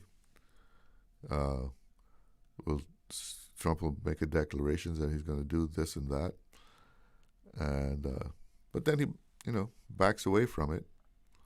It was probably a kind of drastic situation that or action that he was saying he was going to take, but I guess he rethinks it and backs away from it. So this situation in the Middle East with Iran, which has affected the whole world, continues down the same road of uncertainty, and who knows where it's going to end up. As I was saying, Brent crude, which is the kind of the benchmark of the oil industry, that is been elevated today just because of that declaration. And one action brings a reaction, right? So most likely, going down the road here, we're going to probably see some, changes in the price of fuel for the worst. But there are those who believe that further down the line, by the end of 2026, we're going to be seeing some kind of relief as far as the price of oil returning to more reasonable numbers. And let's hope we can get there before the end of the year. It's there'll be some kind of breakthrough, but don't hold your breath. I was just looking at a story here in Cayman News Service. They were examining the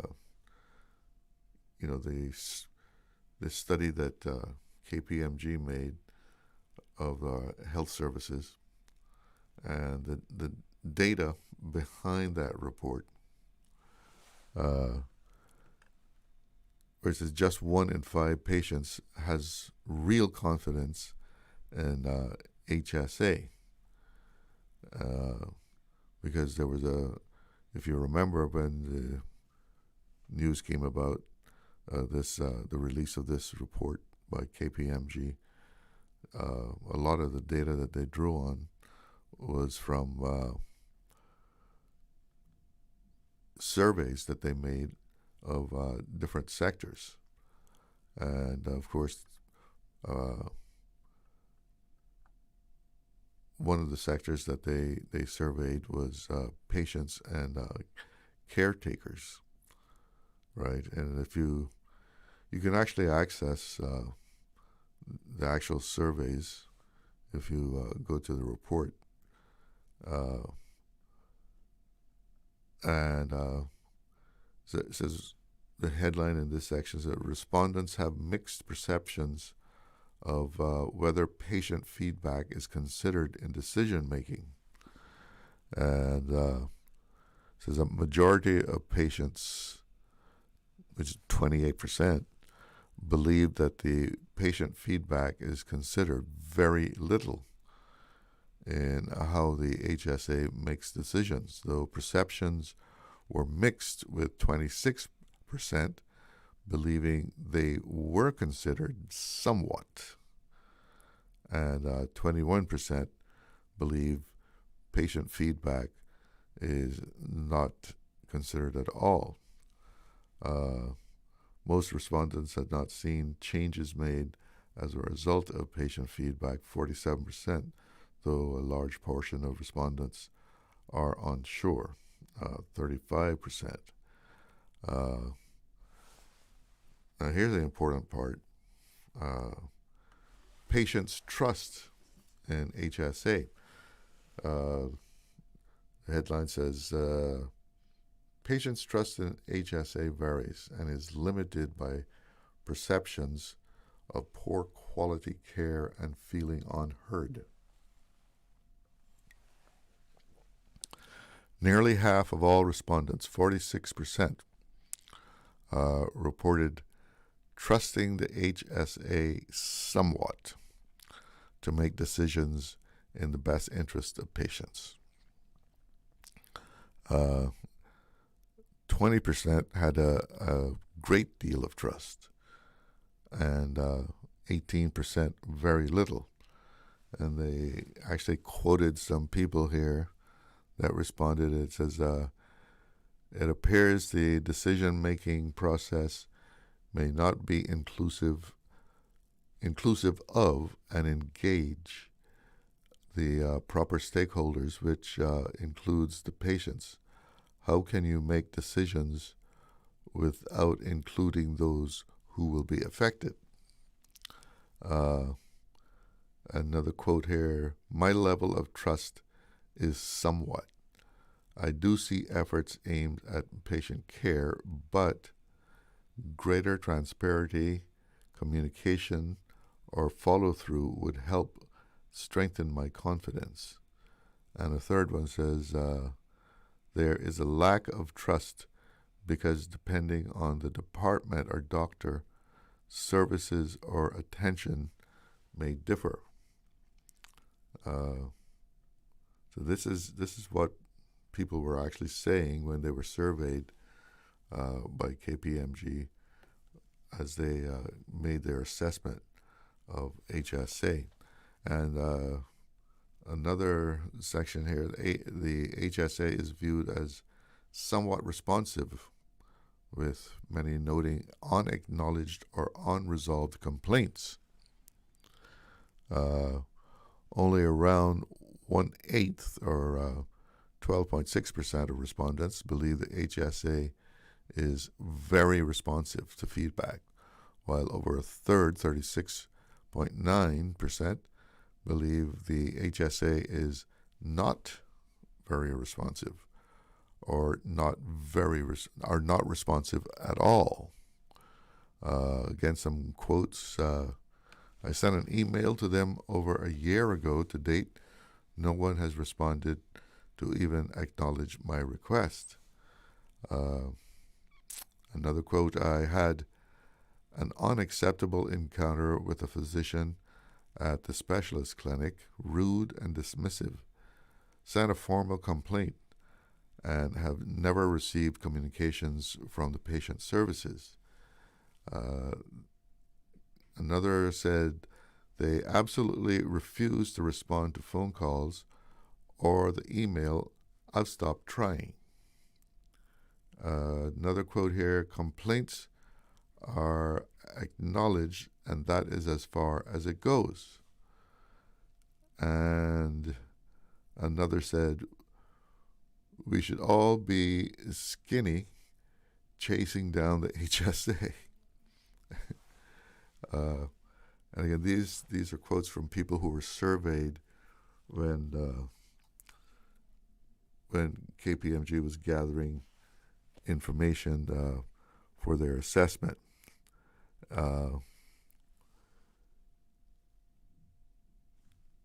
Another sector here says confusion was evident in who patients believe is primarily responsible for quick care quality. A majority of respondents believed care quality was the responsibility of all entities listed, including senior management, the CEO, the board, the Ministry of Health and Government. Other respondents identify senior management and the CEO as having primary accountability for care quality. Patients primarily believed all of the listed entities were accountable for care quality, and the highest individual votes given to the HSA senior management team, CEO, and board of directors. So that was ranged from 14 to 27% there. And several key challenge themes